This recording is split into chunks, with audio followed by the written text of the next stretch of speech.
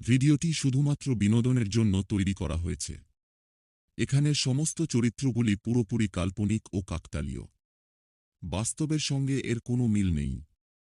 তাই ভিডিওটি শুধুমাত্র বিনোদনের মতো করেই দেখুন।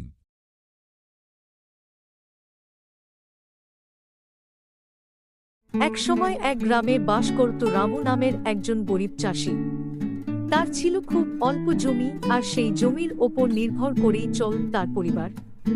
রামুর পরিবারে তার স্ত্রী ও 2 ছেলে মেয়ে ছিল। সারা বছর রামু নিজের জমিতে কঠোর পরিশ্রম করত, কিন্তু ফসল ভালো না হলে পরিবারকে দুমুঠো খাবার জোগান দেওয়া কষ্টকর হয়ে যেত। এমনই এক বছর খরার কারণে রামুর জমিতে ফসল হয়নি। দিন দিন তার পরিবার আরও অভাবের মধ্যে পড়ছিল। তার স্ত্রী বলল, তুমি যদি অন্যের জমিতে মজুরি করো তবে হয়তো কিছু টাকা পাবে।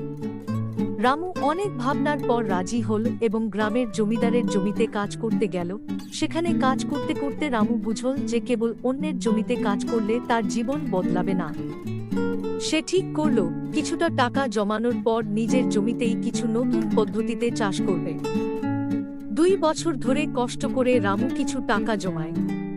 তারপর সে বাজার থেকে ভালো বীজ ও সার কিনল এবং নিজের জমিতে আধুনিক পদ্ধতিতে চাষ শুরু করল।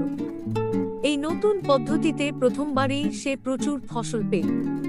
তার পরিশ্রম আর নতুন জ্ঞান তাকে সফলতা এনে দিল। রামু এবার গ্রামের অন্য চাষিদেরও তার শেখা পদ্ধতি শিখতে বলল। ধীরে ধীরে পুরো গ্রাম তার দেখানো পথ অনুসরণ করে সফল হতে শুরু করল। রামুর পরিশ্রম আর বুদ্ধির ফলে তার পরিবার সুখে শান্তিতে জীবনযাপন করতে শুরু করল, আর গ্রামের অন্যান্য মানুষও দারিদ্র্য থেকে মুক্তি পেল।